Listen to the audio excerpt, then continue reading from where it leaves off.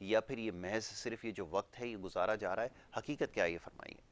بسم اللہ الرحمن الرحیم۔ بات یہ ہے کہ یاسر بھائی الیکشن جب ہوتے ہیں نا تو الیکشن کے اندر عوام جو ہے وہ ووٹ ٹاس کرتی ہے اور الیکٹ کر کے جو ہے وہ لے کر آتی ہے اسمبلیوں کے اندر لوگوں کو۔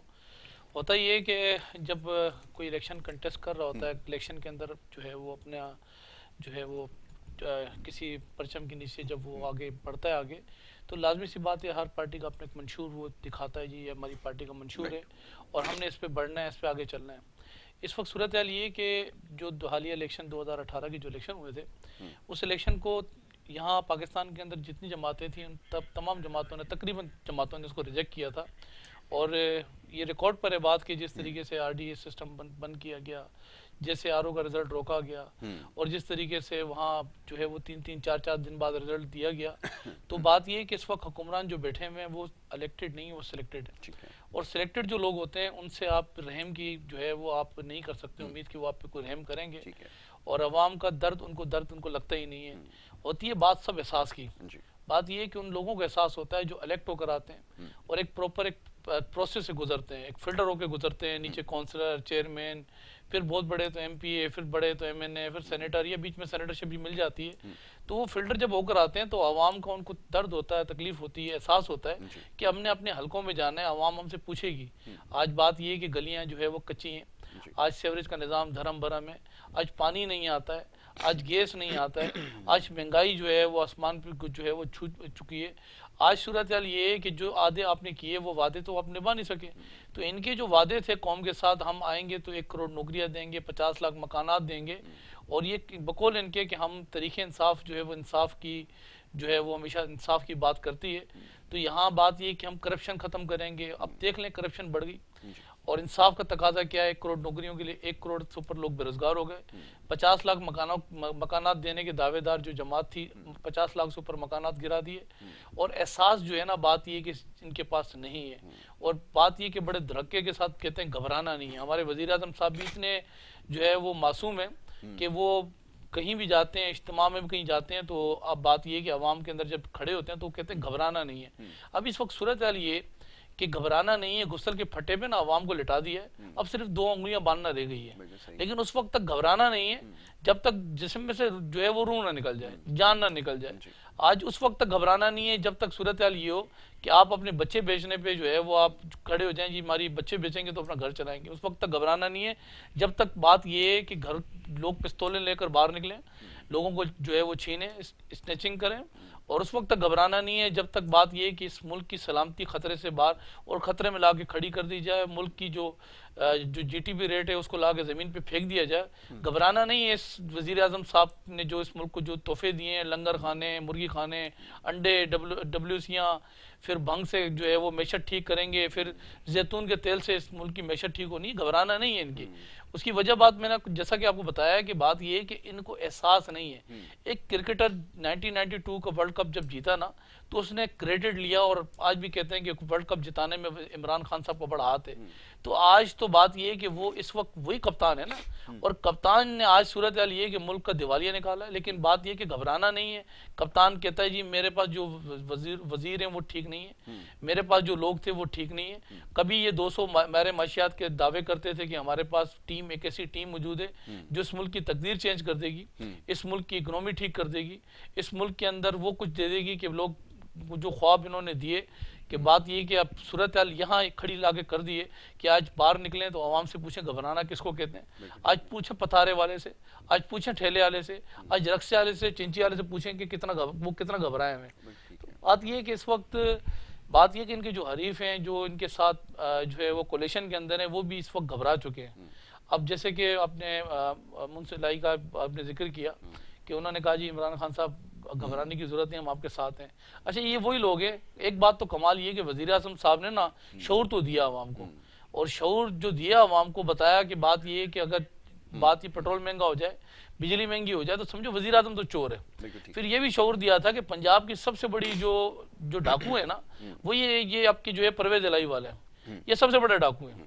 اور بات یہ ہے کہ وہ اس ملک کا جو چپڑاسی تھا نا، جس کو ایک دوسرے کو کہہ رہے ہیں میں تو چپڑاسی نہ رکھوں، وہ اس ملک کے اندر اس وقت وزیر داخلہ بنا ہوا ہے۔ بات زندہ لاشوں کا جس کا ذکر کیا تھا نا عمران خان صاحب نے کہ بات یہ کہ میں سب سے جو ہے وہ اطاعت کروں گا لیکن ایم کیو ایم سے نہیں کروں گا. زندہ لاشیں بول کر ان کو یہ انہوں نے ایک جو ہے وہ ایوارڈ دیا تھا اور ان کے ساتھ بھی وہ کولیشن کے اندر ہے. تو صورتحال یہ ہے کہ اس وقت جماعتیں جن کے پاس جو اسٹیک موجود ہے اس وقت بات یہ ہے کہ اگر وہ سلیکٹ ہو کر آ گئے تو ابھی ان کو بھی تھوڑا سا احساس ہونا شروع ہوا ہے کہ عوام جو ہے وہ ہم سے پوچھنا شروع ہو گیا ہے. اب عوام کو شعور بھی آ گیا ہے کہ چینی مہنگی, آٹا مہنگا, پتی مہنگی, اس وقت دالیں مہنگی, تو سفر کرنا نا بڑا مشکل ہو گیا ہے. اس وقت صورتحال یہ ہے کہ آپ پتہ کریں کسی فیملی کے اندر کے 3 بچے ہیں نا تو کورونا تو انہوں نے ایک بہانہ بنایا ہوا ہے. لوگ اسکول بچوں کو نہیں بھیج پا رہے ہیں, ان کی فیسیں افورڈ نہیں کر پا رہے, ان کی گاڑیوں کے ایکسپینس برداشت نہیں کر پا رہے, ان کی اسٹیشنری بکس نہیں خرید پا رہے ہیں. صورتحال یہ کہ اب بجلی کا بل بھریں, گیس کا جو ہے وہ بل بھریں, یا پھر بات کرایہ دیں, یا بچوں کو کھانا کھلائیں, ان کو اسکول بھیجیں. تو صورتحال یہ اس وقت اتنی کمپلیکیٹڈ ہو چکی ہے اس ملک کے اندر, صورتحال اتنی بگڑ چکی ہے کہ اس وقت جو ان کے ملک بیرون ملک سے جو امپورٹ کیے ہوئے معاون خصوصی ہیں جو اس وقت لے کر آئے میں ایڈوائزر بنا کے, وہ سب صحیح بتاتے ہیں وزیر اعظم صاحب کو کہ عوام میں وزیر اعظم صاحب کو نکلنا چاہیے اور پوچھنا چاہیے وہ نظریاتی لوگوں سے جو ان کی جماعت میں تھے, جن کو انہوں نے کڈے لائن لگا کے سائڈ پہ بٹھایا ہوا ہے, ان میں جائے, ان سے پوچھے کہ عوام کی صورتحال کیا ہے, گھبرانا ہے یا نہیں گھبرانا. بالکل ٹھیک ہے. اچھا, ہمارے ساتھ ایک اور ہمارے مہمان ہیں اس وقت لائن پہ موجود ہیں, انہیں بھی شامل گفتگو کریں گے. شاہ نواز جدون صاحب, پاکستان تحریک انصاف سے آپ کا تعلق ہے, لائن پر اس وقت ہمارے ساتھ موجود ہیں. شاہ نواز صاحب, آپ مجھے سن سکتے ہیں؟ جی بڑی نوازش پروگرام میں وقت دینے کے لیے. فرمائیے گا یہ جو کچھ ہو رہا ہے اور خاص طور پہ جس طرح کے الزامات اپوزیشن کی جانب سے لگائے جا رہے ہیں اس کے بارے میں کیا رائے رکھتے ہیں؟ ساتھ ہی یہ فرمائیے گا کہ اب یہ جو معاملات جس طرف جا رہے ہیں جس میں خاص طور پر تحریک عدم اعتماد کی بات ہو رہی ہے, کیا سمجھتے ہیں کیا اس قدر ڈیلیور کر چکے ہیں کہ اگر اس قسم کی کوئی تحریک لائی جائے گی تو وہ کامیاب نہیں ہو سکے گی؟ کس حد تک مطمئن ہے اس بات سے, ذرا یہ فرمائیے گا. بسم اللہ الرحمن الرحیم. دیکھیے, میں نے میرا بھائی نہیں پیپلز پارٹی سے غالباً ان کا تعلق جی جی بالکل بالکل. تو بالکل میرے بھائی نے بڑی اچھی بات کی کہ سیوریج کا نظام تباہ ہے, پانی نہیں مل رہا, اسکولوں میں فرنیچر نہیں ہے. فرسٹ ٹائم جو نا پاکستان کی پیپلز پارٹی کسی بندے نے سچ بات کہی ہے. آپ بالکل آپ ہمارے ساتھ نکلے, یہاں سندھ کے ہر دیہات میں چلے جائے, کراچی کے ہر اس میں یونین کونسل میں چلے جائے, تو نہ یہاں عوام کو پانی مل رہا ہے, نہ یہاں پر سیوریج کا نظام تباہ ہے, یہاں پر اسکولوں میں فرنیچر نہیں ہے. 14 سال ان کو ہو گئے اقتدار میں, اور مجھے تو ہنسی آ رہی ہے کہ یہ بھائی ہم پہ تنقید کر رہے ہیں. ہمارے تو فیڈرل میں 3 سال ہو گئے ابھی, اور جس حالت میں ہمیں ملک ملا تھا, یہ ہمیں یہ بتا دے کہ کون سا ایک ڈپارٹ مجھے ہمیں بتا دے کہ بھائی وہ ہم نے آپ کو پروفٹ بھی دیا تھا اور اسے آپ لوگوں نے تباہ کر دیا ہے. یہ آپ لے لے, آپ اسٹیل مل لے لے, آپ ہر وہ ادارہ جو یہ اور ان کے اتحادی جو ان کے بڑے بھائی ہیں میاں محمد نواز شریف, تو انہوں نے کون سا ادارہ ہمیں اس میں پروفٹ میں دیا ہے کہ اسے ہم نے تباہ کیا. ماشاءاللہ آج عمران خان کی قیادت میں جی ٹی پی گروتھ آپ کو پتہ ہے کہ کیا ہے. آج ملک کہاں سے کہاں. ہماری بدنصیبی ہے کہ پوری دنیا میں جب کرونا آیا تو اس سے ظاہر یہاں پر بھی قیمتیں بڑھی ہیں, اور یہ خالی یہاں نہیں پوری دنیا میں قیمتیں بڑھی ہیں. کوئلہ پہلے کتنے کا تھا, $210 کا تھا, 240 تک پہنچ گیا. آئل کی قیمت $82 بیریل تھی اور تقریباً 95 تک پہنچ گئی. اسی طرح کھانے کے تیل جو خشکی تیل وہ کہاں سے کہاں پہنچ ہیں. لیکن پھر بھی پاکستان تحریک انصاف کی گورنمنٹ عمران خان کی قیادت میں اس ملک کو, کیونکہ شروع میں ظاہر ہے جب ہم نے اسمارٹ لاک ڈاؤن لگایا تو انہوں نے ہماری مذاق اڑایا, عمران خان صاحب کا مذاق اڑایا, لیکن آج پوری دنیا مان رہی ہے کہ عمران خان نے بہتر حکمت عملی کے تحت اپنے ملک کو نکالا اس بحران سے. تو میں سمجھتا ہوں کہ یہ پاکستان پیپلز پارٹی اور مسلم لیگ نون یہ مامے چاہتے ہیں, یہ وہی لوگ ہیں جو کہتے تھے کہ لڑکانہ کے روڈوں پہ گھسیٹیں گے, یہ وہی لوگ ہیں کہ بھائی ان کے پیٹ سے پیسے نکالیں گے. آج یہ ابھی یہ میرے بھائی کی میں باتیں سن رہا تھا, کہتے پرویز الہی, میرے بھائی پرویز الہی کے لیے تو آپ لوگ نے بھی کہا تھا کہ یہ محترمہ شہید بے نظیر بھٹو کے قاتل ہیں. ڈپٹی پرائم منسٹر کس نے بنایا تھا؟ آپ اگر یہ بتائے, قوم کو بتائے کہ ڈپٹی پرائم منسٹر پرویز الہی کو کس نے بنایا تھا؟ پیپلز پارٹی کے دور میں بنے تھے. نواز شریف کو آپ کہتے تھے کہ یہ ضیاء الحق کا بیٹا ہے, آج ضیاء الحق کے بیٹے کے ساتھ کس نے پاور شیئرنگ کی تھی 2008 میں؟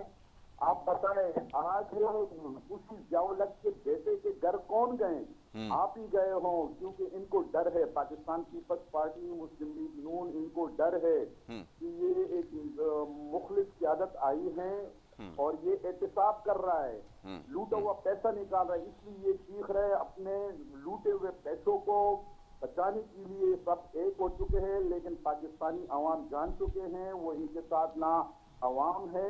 اور انشاءاللہ پاکستان تحریک انصاف جس طرح 2018 میں ہمارے پاس سادہ اکثریت, لیکن انشاءاللہ 2023 میں 2/3 میجارٹی سے ہم آئیں گے, ہم سندھ میں بھی گورنمنٹ بنائیں گے. میں اپنے بھائی کو بتا دوں کہ انشاءاللہ. ٹھیک ہے, چلیں. شاہنامہ صاحب نے ابھی جو باتیں کی ہیں اس میں 2-3 چیزوں کی نشاندہی انہوں نے کی ہے. یہ بھی انہوں نے ساتھ فرما دیا کہ جناب یہ جو سیاسی ملنا ملانا ہے یہ چلتا رہتا ہے. جیسے پرویز الہی صاحب کے بارے میں کچھ کلمات انہوں نے کہے اور جو باتیں ماضی میں ہوتی رہیں وہ بھی سب کے سامنے ہیں. تو یہ تو سیاست کا حصہ بظاہر لگتا ہے. لیکن اب سوال یہ پیدا ہوتا ہے کہ جیسے انہوں نے کہا کہ یہ جو تباہلی جس کا آپ نے تذکرہ کیا ہے اس میں آپ کا بھی اہم کردار ہے. 14 سال کے قریب یہاں پر ہو چکے ہیں اس صوبے میں, لیکن اس کی بھی حالت زار ایسی ہے کہ جو سب کے سامنے ہے. اچھا, بریک کے لیے انہوں نے کہہ دیا, ایک بریک یہاں پر مختصر سی لے لیتے ہیں اور جب بریک کے بعد واپس آئیں گے تو نعیم امان صاحب سے اس سوال کا جواب لیں گے. دیکھتے رہیں ہمارا پروگرام.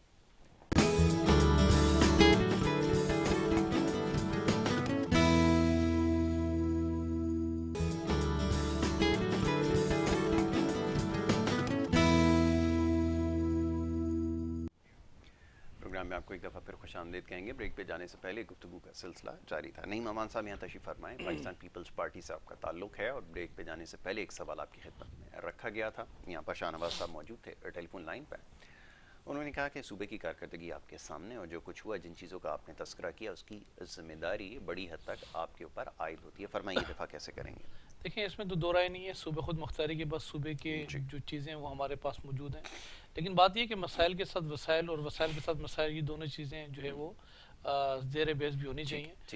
مسائل جتنے ہمارے پاس ہیں اتنے وسائل یہاں نہیں ہے یاسر بھائی. ابھی تو انہوں نے ذکر کیا کہ کرونا وائرس کو ہم نے فیس کیا. انہوں نے کرونا وائرس کو جیسے فیس کیا نا سر, اٹھا کے آگ میں پھینک دیا عوام کو. یہ خدا تعالیٰ کا کرم ہوا. 27 رمضان اور جمعے کے دن وجود میں آنے والا پاکستان اور کلمے کے نام سے اللہ پاک نے خیر کر دی. راضی تھا بہرحال اللہ پاک نے پاکستان میں خیر کیا. لیکن انہوں نے جو کام کیا تھا نا اس کرونا جیسے وائرس کے اندر, انہوں نے عوام کو جس طریقے سے اٹھا کے دھکیلا کہ خوب کھاؤ پیو عیش کرو, کوئی لاک ڈاؤن نہیں ہے, یہ جو ہے وہ فلاں لاک ڈاؤن ہے, سیمی لاک ڈاؤن ہے, اسمارٹ لاک ڈاؤن ہے. انہوں نے بڑا کھلواڑ کیا عوام کے ساتھ. اور صورتحال بہرحال یہ کہ اللہ پاک نے بہتر کی. اس کرونا وائرس کو ہم نے بھی فیس کیا. ہم نے خاص طور پہ ان 3.5 سالوں میں جو چیزیں فیس کی نا سر, ٹڈی دل نے پورا ہمارا جو سندھ کے جوہری تھے نا اس کو تباہ و برباد کیا. اس وقت بھی ہم چیختے رہے وفاقی حکومت کی طرف, خدا کے لیے ہمیں چھوٹے وہ جہاز ہوتے ہیں وہ ہمیں دے دیں تاکہ ہم اسپرے کر سکیں. ٹڈی دل نے بڑا نقصان کر دیا ہمارا, اربوں روپے کا, کھربوں روپے کا. ہاری کسان روٹوں پر آ گیا. ہم نے اس کو فیس کیا سر 1-1.5 سال مسلسل, اور جو وسائل تھے ہم نے اٹھا کے ان کو دیے. جو لازمی سی بات ہے ان کا نقصان ہوا. پھر ہم نے جو بارشوں کا تھا 90 سال کا ریکارڈ ٹوٹا تھا اس کراچی سے لے کر میرپور خاص, بدین, تھر پارکر, اور جو صورتحال تھی اس کو بھی ہم نے فیس کیا. جو صورتحال ہم نے ان کو بھی فیس کیا, اس کرونا وائرس کو ہم نے بھی فیس کیا. اب ہوتا یہ ہے کہ جیسے میرے بھائی نے ذکر کیا نا کہ بات یہ ہے کہ سندھ کے اندر انہوں نے کیا ڈیلیور کیا. سندھ کا کیپٹل ہے شہر کراچی, جس میں سے 26 MP لے کے بیٹھے ہوئے, اس وقت 14 MLA لے کے بیٹھے ہوئے. پریزیڈنٹ آف پاکستان الوی صاحب بھی اسی کراچی سے, کبھی وہ کشتیاں چلایا کرتے تھے, جب کشتیوں کا ٹائم آیا چلنے کا تو غائب ہو گئے. اسی کراچی سے وزیر اعظم نے آواز لگائی کہ جو ہے وہ وزیر اعظم عوام نے آواز لگائی کہ وزیر اعظم کراچی سے. صورتحال یہ کہ اس کراچی کو انہوں نے 162 ارب روپے دینے تھے. ہم ایکسپیکٹ کر رہے ہیں کہ وہ 162 روپے آئیں گے جس طریقے سے یہ وعدے کرتے رہے ماضی کے اندر. پھر 1100 روپے بھی دینے تھے, ہم نے اس کا بھی انتظار بڑا کیا. 1100 روپے دینے تھے. NFC ایوارڈ کی جو رقم ہوتی ہے جو ملتی ہے ہمیں, جس طریقے سے رولا کے رقم دیتے ہیں, اور ابھی بھی 100 سے اوپر ارب روپے کی طرف ہمارا پینڈنگ ہے, اور ہم چلا رہے ہیں کہ خدا کے لیے آپ بھیجیں. ہم نے نگادنی آفات کو بھی فیس کرنا ہے, ہم نے عالمی وباؤں کو بھی فیس کرنا ہے. آپ تو ہمیں ڈسپرین تک نہیں دیتے ہو, ہم بہترین جو ہے وہ اسپتال بھی ساتھ چلا رہے ہیں اور کھول رہے ہیں, اور مسلسل بہترین جو ہے وہ اسپتال رن کر رہے ہیں. اب آ جائیں, انہوں نے کہا جی احتساب کا نا عوام پوچھنا چاہتی ہے کہ KPK کے اندر وزیر اعظم عمران خان صاحب نے اس وقت تو وزیر اعظم نہیں تھے لیکن ان کے پاس حکومت آج بھی وہاں کے کے اندر کی حکومت موجود ہے. وفاق میں یہ 3.5 سال سے ہیں. اس 3.5 سال کے اندر جو ملک کا بیڑا غرق کیا نا, یہی صورتحال آج 9.5 سال ان کو ہو گئے KPK کے اندر. 9.5 سالوں کا رزلٹ اگر میں بات کروں جو آؤٹ پٹ نکلا کیا, جو 8.5 سال 9.5 سال ان کو جو ہوئے ہیں KPK کے اندر, ابھی بلدیاتی الیکشن کے اندر ان کے ساتھ جو ہاتھ ہوا نا, جو ان کے ساتھ عوام نے کیا, یہی صورتحال اس پہ یہ کہہ رہے ہیں ہم سندھ کے اندر بھی آئیں گے. پہلے وہ جو KPK ان کے پاس تھا نا, جیسے ان کو باہر نکالا ہے ابھی بلدیاتی الیکشن میں, ابھی ایک فیز سے باہر نکلے ہیں. ابھی جو اگلا فیز ہے نا, وہ فیز میں تو ان کا ہے ہی نہیں, کہیں ان کا ذکر ہی کہیں نہیں ہے. ابھی دوسرے فیز میں تو ڈیلے پہ ڈیلے کر رہے ہیں بلدیاتی الیکشن, کسی طریقے سے ڈیلے ہو جائیں. ایک احتساب کمیشن بنایا تھا وزیر اعظم عمران خان صاحب نے. اس احتساب کمیشن نے ان کے جو سینیٹر تھے, ان کے جو MP تھے, ان کے جو MNA تھے, ان کے جو معاون خصوصی تھے, ایڈوائزر تھے, سب ان کی جب لسٹ بنائی تھی نا, اور گلوں سے جب پکڑا ان کو, تو یہ وزیر اعظم صاحب تھے عمران خان صاحب, جو احتساب کمیشن کو بند کر دیا تھا.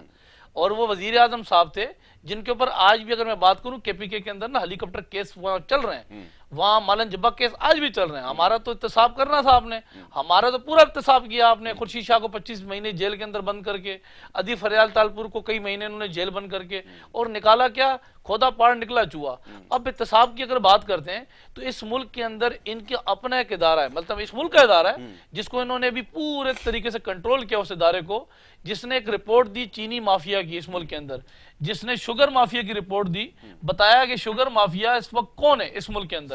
تو بتایا کہ خسرو بختیار, آپ کا جہانگیر ترین. ایک رپورٹ آئی تھی وزیر اعظم صاحب کے ایک رائٹ ہینڈ پہ بغل پہ خسرو بختیار صاحب بیٹھتے ہیں, وہ رپورٹ کی عوام پوچھتی ہے نا وہ کہاں گئے وہ سارے چینی مافیا. پھر ادواد مافیا کی بات کرتے ہیں, ادواد جس ملک کے اوپر اس وقت 700% انہوں نے بڑھائی ہے, وہ بھی مافیا سے اس وقت وفاقی حکومت کے انڈر کام کرتا ہے. اور ادواد کی بات اگر میں بات کروں تو یہاں نہ انہوں نے کچھ چیز یہاں ملک کے اندر چھوڑی, یہاں چینی مافیا, پیٹرول مافیا, ادواد مافیا, یہاں پر جو ہے وہ گندم مافیا, جو ان کے لیفٹ رائٹ کے اوپر جو بیٹھ کے اس ملک کی تقدیر چینج کرنے کی باتیں یہ کرتے ہیں. ان سے میری درخواست یہ کہ وہ احتساب کمیشن میں پوچھنا چاہتا ہوں کہ احتساب کمیشن کے نے جو رپورٹ دی تھی وہ ذرا لے کر آئے نا, اس کو اگر عوام کے سامنے لے کر آئے. وہ وزیر اعظم صاحب نے بند کیوں کی تھی وہ احتساب کمیشن کی جو رپورٹ تھی. ٹھیک ہے شاہنواز صاحب لائن پر آپ میرے ساتھ موجود ہیں اس وقت. شاہنواز صاحب میں چاہوں گا ان تمام سوالوں کا جواب دیجیے. اپوزیشن بار بار یہ بات دہراتی ہے کہ جو کچھ ہو رہا ہے اس کی براہ راست ذمہ داری وفاق کے اوپر عائد ہوتی ہے, اور خاص طور پہ جیسے آپ نے احتساب کا بھی تذکرہ کیا ہے, یہ روز اول سے یہ بات کہتے آئے ہیں کہ یہ جو احتساب ہے یہ محض اپوزیشن کے لیے ہے اور یہ سیاسی انتقام کے طور پر استعمال کیا جا رہا ہے. کیسے اس کا دفاع کریں گے یہ ذرا فرمائیے گا, اور ساتھ ہی جو بڑھتی ہوئی قیمتوں کا اور یہ جو جتنی مافیاز کا تذکرہ ہوتا ہے بارہا, اس کے بارے میں کیا رائے رکھتے ہیں یہ بھی ذرا فرمائیے. اچھا, سب سے پہلے تو میں اپنے بھائی کا جواب دے دوں کہ یہ کہہ رہے ہیں کہ بھئی جب کرونا آیا تو فیڈرل گورنمنٹ نے کچھ نہیں کیا. میں اپنے بھائی سے پوچھنا چاہتا ہوں کہ آج جو آپ ویکسین لگا رہے ہیں یہاں پر, یہ فیڈرل گورنمنٹ کے دیے ہوئے ویکسین ہے. صوبائی گورنمنٹ نے 1 روپے کی ویکسین پرچیز نہیں کی ہے, ریکارڈ پہ موجود ہے. دوسری بات یہ ہے کہ یہاں پر جب کرونا کے دوران ہم اپنے عوام کے ساتھ کھڑے ہوئے تھے, سندھ کے عوام کے ساتھ کھڑے ہوئے تھے. 62 ارب روپے احساس پروگرام کے تھرو ہم نے دیے سندھ میں, 62 ارب روپے. میں اپنے بھائی سے پوچھنا چاہتا ہوں کہ پاکستان پیپلز پارٹی نے کتنے دیے تھے؟ 8 ارب روپے یہاں انہوں نے راشن کے لیے رکھے ہوئے تھے. وہ 8 ارب روپے ان کے جیبوں میں گئے, عوام تک نہیں پہنچے. DC سے ہر DC سے یونین کونسل کی سطح پر انہوں نے لسٹیں بنائی تھی, لیکن کسی یونین کونسل سے میں 10 لوگوں کو بھی انہوں نے وہ راشن نہیں پہنچائے, جبکہ ہمارا باقاعدہ کمپیوٹرائز سسٹم ہے. یاسر بھائی جی بات یہ ہے کہ ہم نے اگر 62 ارب روپے دیے تو ہر اس ولیج لیول تک گئے, چاہے وہ پیپلز پارٹی کا مستحق تھا, چاہے وہ مسلم لیگ نون کا, کیونکہ کمپیوٹرائز بایو میٹرک سسٹم تھا. 62 ارب روپے ہم نے سندھ میں دیے. دوسری بات میرے بھائی نے کی ہے کہ بل کہہ رہے ہیں کہ ہمیں ہیلی کاپٹر نہیں دیے. میرے بھائی میں تو آپ کو تو فیڈرل گورنمنٹ نے فل سپورٹ کی تھی, لیکن میں آپ سے پوچھنا چاہتا ہوں کہ جو 40 کروڑ روپے کی گاڑیاں آپ نے خریدی تھی ویگوز, اس کے لیے جل کے لیے کہاں ہیں وہ منسٹرز کے گھر میں چل رہی ہیں. دوسری بات انہوں نے کی ہے کہ بھائی جو 1100 ارب روپے کراچی کے لیے پیکج